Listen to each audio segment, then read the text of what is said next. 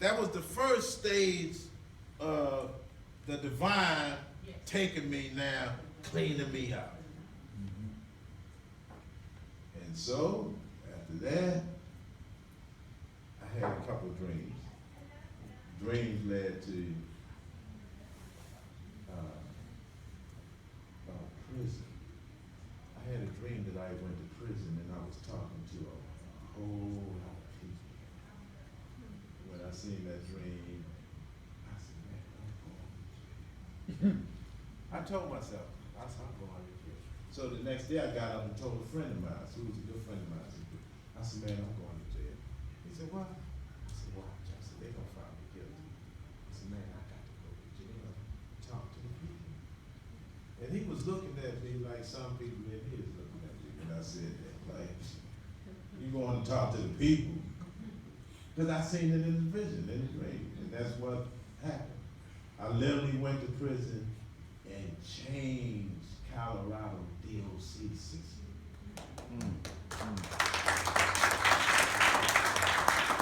There is literally no place you can go in Colorado and call my name Moses-El, especially with the prison system.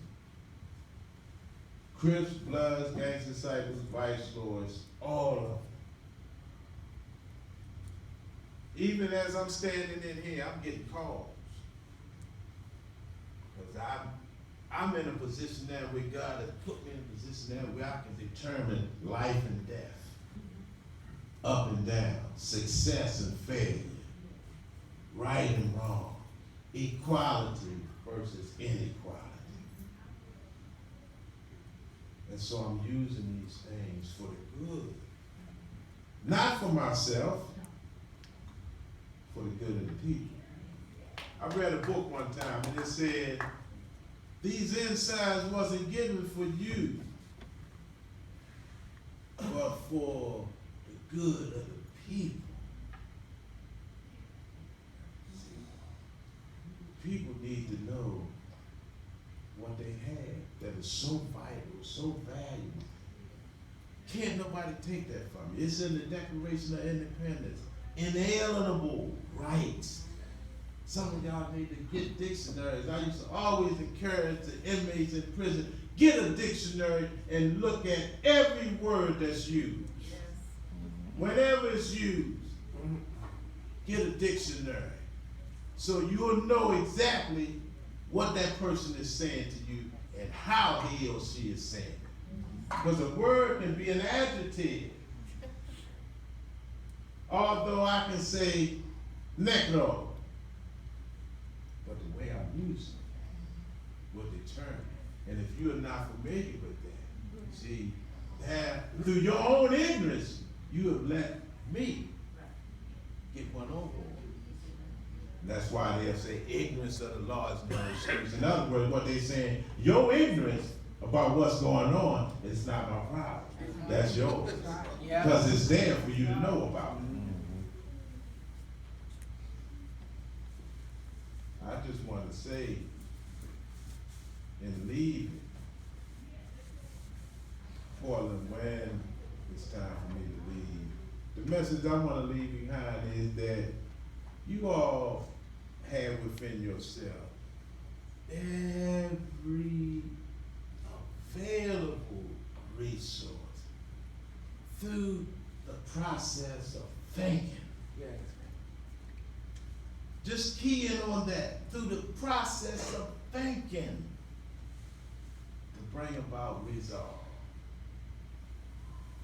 You also have the means and the possibility to look, examine, and evaluate what is perplexing. Yeah. Then reasoning start going into motion. Power of reasoning. We have that. Somebody greater than us gave us that for a purpose. The power of reasoning. This is what's making me a better person today. This is what makes me now a person where I can sit down in the room with people that I used to hate for no reason other than somebody looking like them that did something to me. I mean, they didn't do like, but they said some things that they were scars for a long time. You know, when you got to listen to somebody tell you in prison, hey, what's up? And this is not my vocabulary, but I just want to echo what they said. And then y'all will understand why I was hating like that. Officers would come in the cells and say, you talked to your mother last night? You know I fucked that black bitch. So when you young and you hearing language like this, and you wanna get at it, but you know if you get at him and his cronies, they literally did this in prison.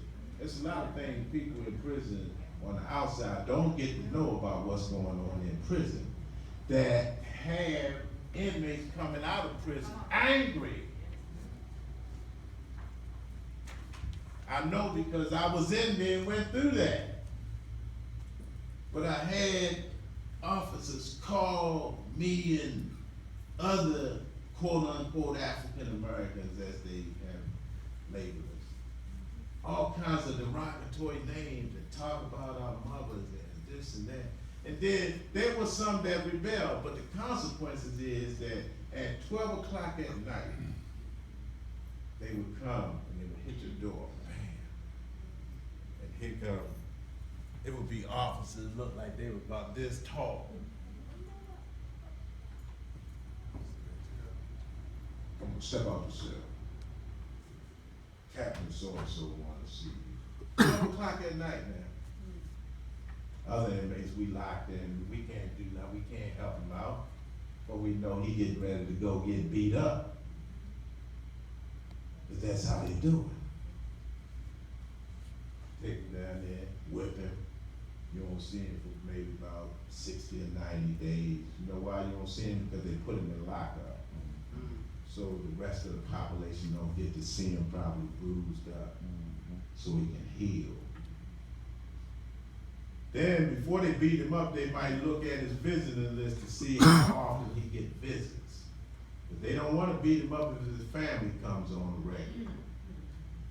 But if his family don't come, yeah, he getting ready to get whipped. That's how it goes. There's a lot of things going on in prison. But those are some of the things that I named that made me start hating. And I carried that hate with me a long time because I was back and forth in the prison. It wasn't until years later that I ran into information that affected me and impacted my life totally different. And I changed. And along with that change was a part of me going to prison for a crime that I didn't do. So I became the caterpillar that went into the cocoon. And when I came out, this was the finished product.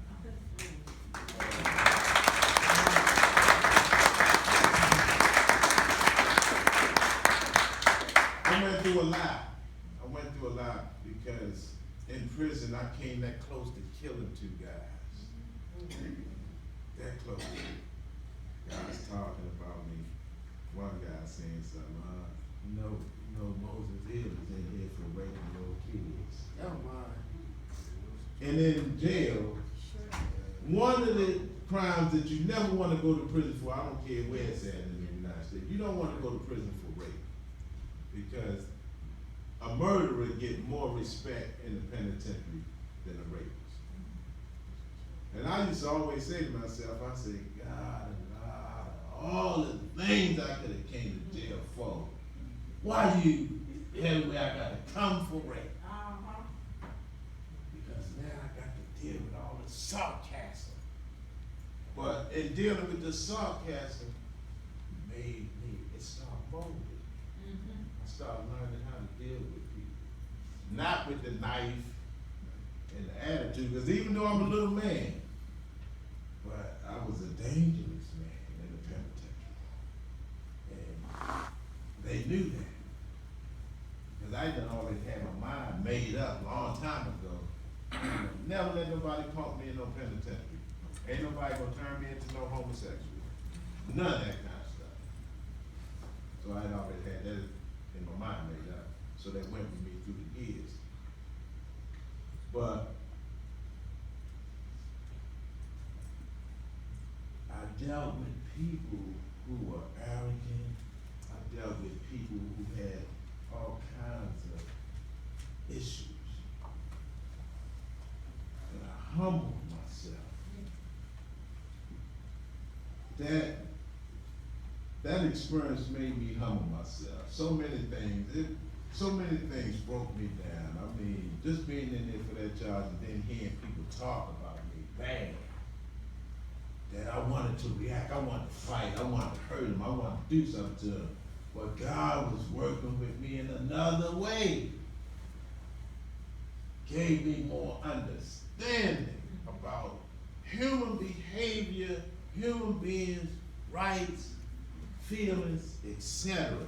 that have made me the person I am today. I'm not angry. I'm not. In fact, I'm all right. Amen. I'm serious.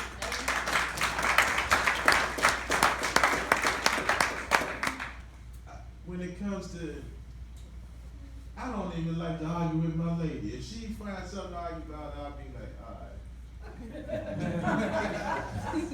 And I grab my keys and go get in my car and I take off. Or I go upstairs and shut the door, and when she come up there, she see books laying out on the bed. I'm up there reading. I'm all right. I look at her. Now, is you all right? Is Mo all right? You know, I know how to solve my problems. I know how to solve yours too. But I can't solve it if you don't want to solve it. So the only way you can solve your problem, I'm gonna have to cut this out. You know, like how they give you your warnings every month before they turn your phone off. You gonna pay? Yeah. If not, so that's what I do in dealing with my problems with me and my lady, which is hilarious because it keeps the relationship. I guess all I'm saying is that, man, we had one of the greatest tools that's ever been given to us. That's this. They said the mind is a terrible thing to waste. I ain't never wasting mine no more. I'm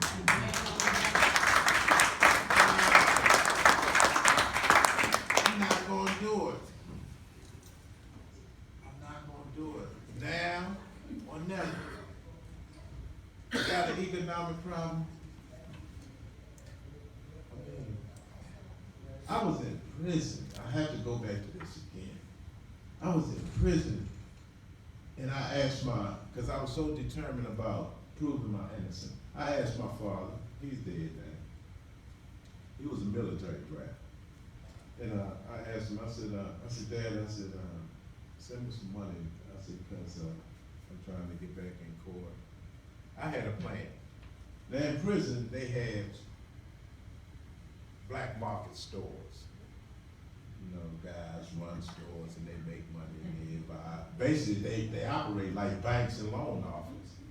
So, because I know that, I said, I said, they messing up all that money that they people don't send them. I said, I'm gonna get that money and I'm gonna get me a lawyer.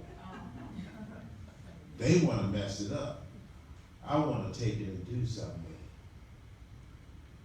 I came to that conclusion. Why? Because God has given me the ability to do that. Thinking. I'm not gonna sit around and let this go to waste. I'm not Moses-El. Nobody in this room should. Because what you let go, you're gonna have to come back and deal with it.